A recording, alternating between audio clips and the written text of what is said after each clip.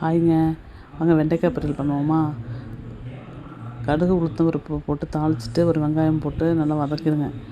நல்லா வதக்குங்க. இந்த வீடியோ வர்றப்ப யார் ஜெயிச்சாங்க, யார் வின் பண்ணாங்கன்னு தெரிஞ்சிடும். இந்த தேர்தலில் பார்ப்போம் யார் வின் பண்ணி வராங்கன்னு தெரியல.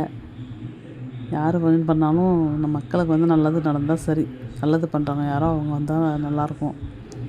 அடுத்தது வெண்டைக்காவை நல்லா போட்டு நைஸாக அரிஞ்சு வச்சுக்கோங்க. நைஸாக அரிஞ்சு வச்சுட்டு நல்லா வதக்கிட்டே இருங்க. கொஞ்சம் நேரம் வதக்கணுங்க. தண்ணியெலாம் ஊற்றிடாதீங்க. தண்ணியெலாம் ஊற்றினா நல்லாவே இருக்காது. தண்ணியெலாம் ஊற்றாமல், ஏன்னா அதுவே தண்ணி காய் தானே, அதனால் கொஞ்சம் அப்படியே வதங்கினோடனே அது லைட்டாக சீக்கிரமாக வேறு வெந்துடும் உங்களுக்கு வெண்டைக்காய்.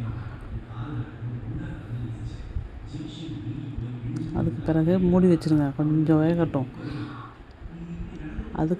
அதுக்கப்புறம் தான் கொஞ்சோண்டு தயிர் ஊற்றுனீங்கன்னு வச்சுக்கோங்களேன். அந்த தயிரில் உள்ள தண்ணியிலே கொஞ்சம் நல்லா வெந்துடும். அந்த குழகுழப்பும் இருக்காது. அந்த குழகுழன்னு இருக்கும்ல, பசங்களுக்கெலாம் பிடிக்காது பார்த்துக்கோங்க அந்த குழகுழன்னு இருந்தால். அதனால் இந்த குழகுழப்பு நல்லா எடுக்கும் தயிர் மட்டும் கொஞ்சம் போட்டுட்டு மூடி வச்சுருங்க.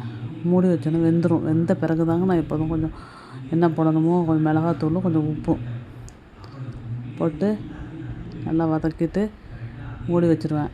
தேங்காய் விருப்பப்படுறவங்க தேங்காய் போட்டுக்கலாம். அப்படி இல்லையா, நாங்களாம் தேங்காய் போடல. தேங்காய் போட மாட்டோம், ரொம்ப சேர்த்துக்க மாட்டோம். அதை பிடிச்சிருந்தா லைக் பண்ணுங்கள், சப்ஸ்கிரைப்